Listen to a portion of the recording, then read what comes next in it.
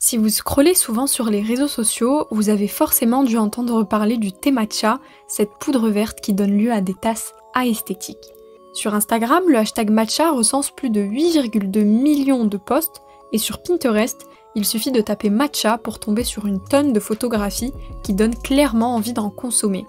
Mais alors le matcha c'est quoi? D'où ça provient et surtout pourquoi on en parle autant? C'est ce qu'on va tenter de comprendre aujourd'hui.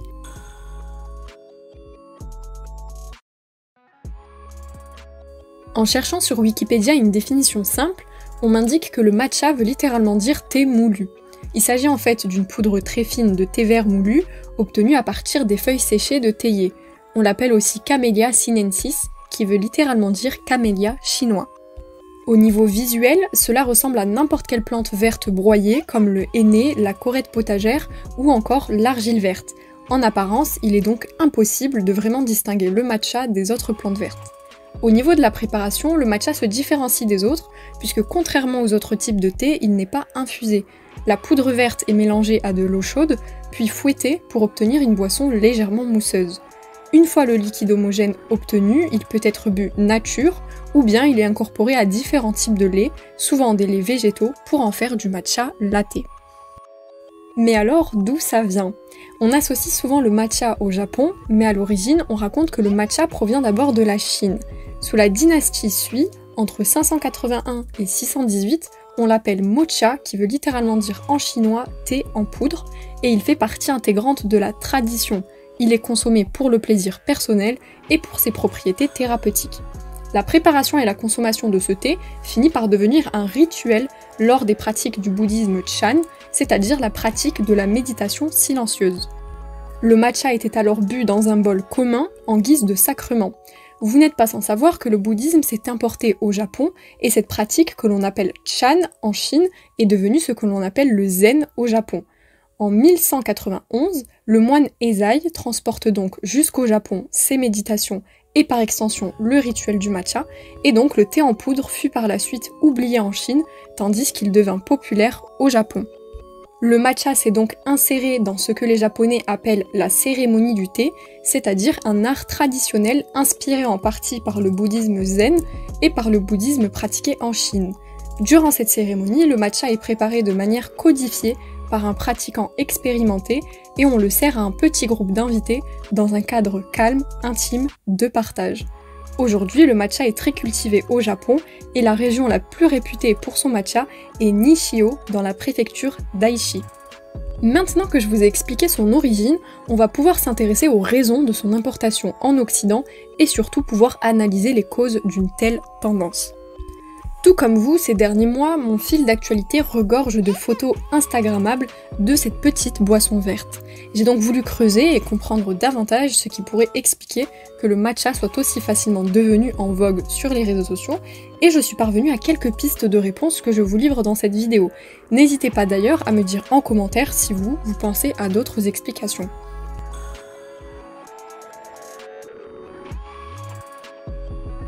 Pour commencer, si le matcha a autant explosé ces derniers mois, c'est à mettre en lien avec le fort attrait de la culture japonaise post-confinement 2020. Alors pour moi, il y a eu un net avant-après à partir de la crise sanitaire, car le confinement a permis d'ouvrir au grand public la culture japonaise, là où avant elle était presque réservée à un public de niche, presque stéréotypé du mec geek qui lit des mangas, ou encore de la fille qui lit des shoujo et qui fabrique ses propres cosplays kawaii. Vous n'êtes pas sans savoir que le confinement a drastiquement propulsé la plateforme chinoise TikTok, qui a démocratisé le contenu court à la chaîne en scrollant. Et pour ceux qui étaient sur la plateforme à ce moment-là, vous vous souvenez certainement du moment où tout le monde se mettait à découvrir les animés et les mangas, car les gens avaient le temps de prendre le temps de découvrir ce qui leur paraissait jusqu'alors peut-être trop étrange pour eux. On peut même élargir ce phénomène à la Corée du Sud, avec une tonne d'internautes qui découvraient la K-pop ou encore les K-dramas, alors que cela existe depuis bien longtemps. Bref, je n'ai pas le temps de détailler tout ça, mais je pourrais le faire dans une prochaine vidéo si cela vous intéresse. Le public s'est donc ouvert plus largement aux pays de l'Asie de l'Est, à leur culture, leurs habitudes de vie, leur esthétique, mais aussi leur gastronomie.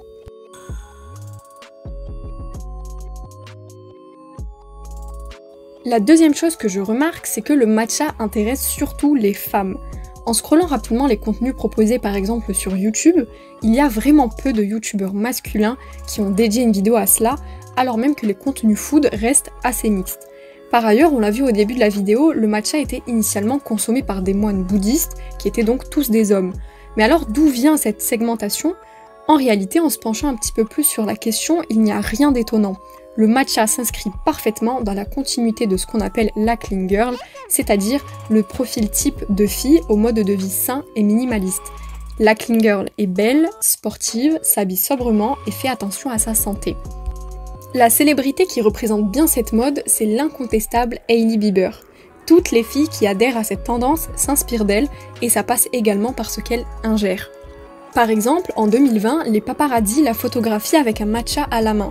Par la suite, certaines fans ont voulu tester exactement le même matcha et sur TikTok, en tapant Hailey Bieber matcha, je tombe sur plusieurs vidéos de filles qui testent le matcha d'Hailey Bieber. Évidemment, elle n'est pas la seule qui influence à la consommation du matcha, je peux aussi citer la mannequin Lily Chi ou alors la youtubeuse américaine Emma Chamberlain. Mais aujourd'hui, avec l'essor des réseaux sociaux, on peut presque dire que les créatrices de contenu influencent parfois mieux que les grandes célébrités, jugées trop inaccessibles pour les fans.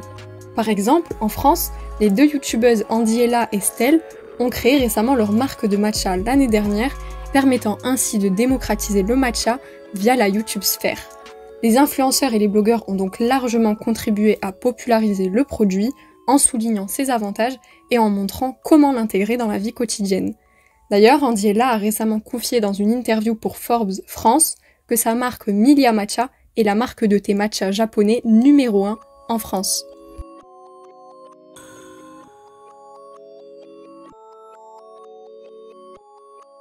Une autre explication, étroitement liée à la précédente, serait celle de l'avènement d'un mode de vie sain et healthy, notamment après la crise sanitaire.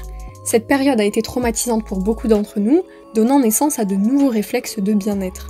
Les gens se sont concentrés sur l'essentiel et se sont mis à adopter de nouvelles habitudes et précautions concernant leur santé. Cela concerne surtout le sport et l'alimentation, donc le matcha va dans ce sens puisqu'il est vanté pour ses bienfaits sur la santé.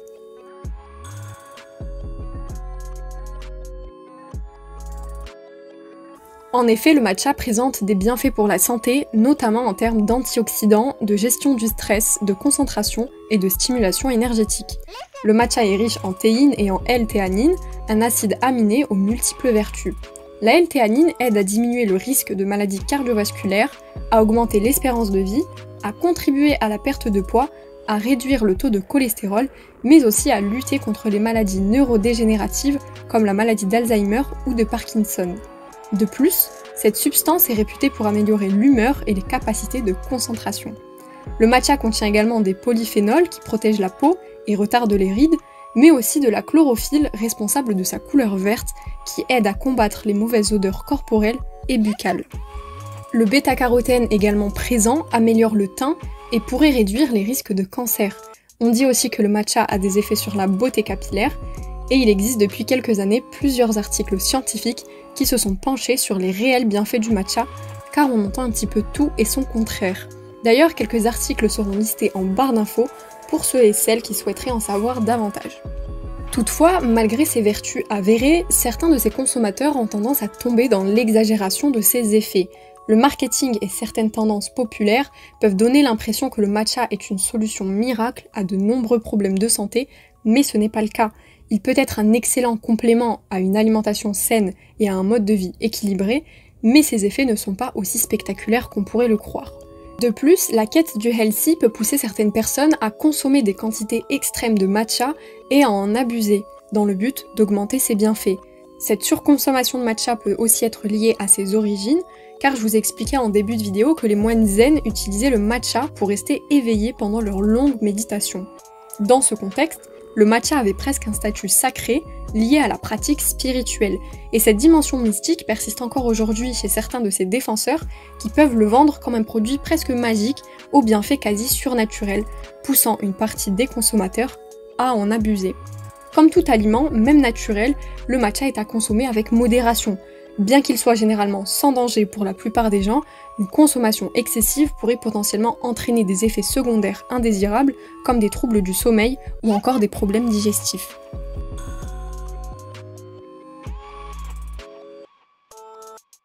Mais au-delà de ses effets positifs sur la santé, le matcha est surtout devenu un accessoire de mode à part entière qui s'imbrique totalement dans le culte de l'apparence. En effet, la forte tendance du matcha peut aussi s'expliquer grâce à son visuel attractif. Avec sa couleur verte vibrante, le thé est visuellement très attrayant et devient une tendance dans la culture visuelle des réseaux sociaux. La popularité du matcha latte dans les cafés et sur les plateformes sociales est un exemple de la manière dont l'esthétique du produit le rend plus désirable. La couleur verte, qui rappelle instinctivement la nature, rassure le consommateur. On peut alors se demander si le matcha était jaune ou rouge, aurait-il eu le même succès? Le matcha est aussi perçu comme un produit pur, naturel et simple, notamment en comparaison avec les produits transformés ou les boissons très sucrées. Dans un contexte où les consommateurs cherchent à éviter les produits chimiques et les additifs, le matcha, qui est essentiellement constitué de feuilles de thé broyées en poudre, est vu comme une option plus authentique. On peut aussi noter que beaucoup de gens sont attirés par des produits qui semblent moins transformés et plus proches de leur forme naturelle. Le matcha entre dans cette catégorie car il est généralement vendu sans additifs et sa préparation reste relativement simple. Cette popularité pour le matcha n'est pas pour déplaire à certains propriétaires de café ou de boulangerie, puisque proposer dans sa carte un matcha latte attire énormément de clientèle. Malgré son prix, qui varie entre 6 et 8 euros, la boisson fait fureur. Par exemple, dans la capitale française, plusieurs cafés et pâtisseries sont connus pour leurs multiples déclinaisons au matcha, des boissons en passant par les cakes, des cookies au matcha, des tiramisu au matcha, des brownies et encore plein d'autres desserts. Et on va pas se mentir, tout ça donne vraiment envie. Mais ce n'est pas tout car aujourd'hui, même les produits cosmétiques à base de matcha se multiplient, créant ainsi une véritable esthétique matcha.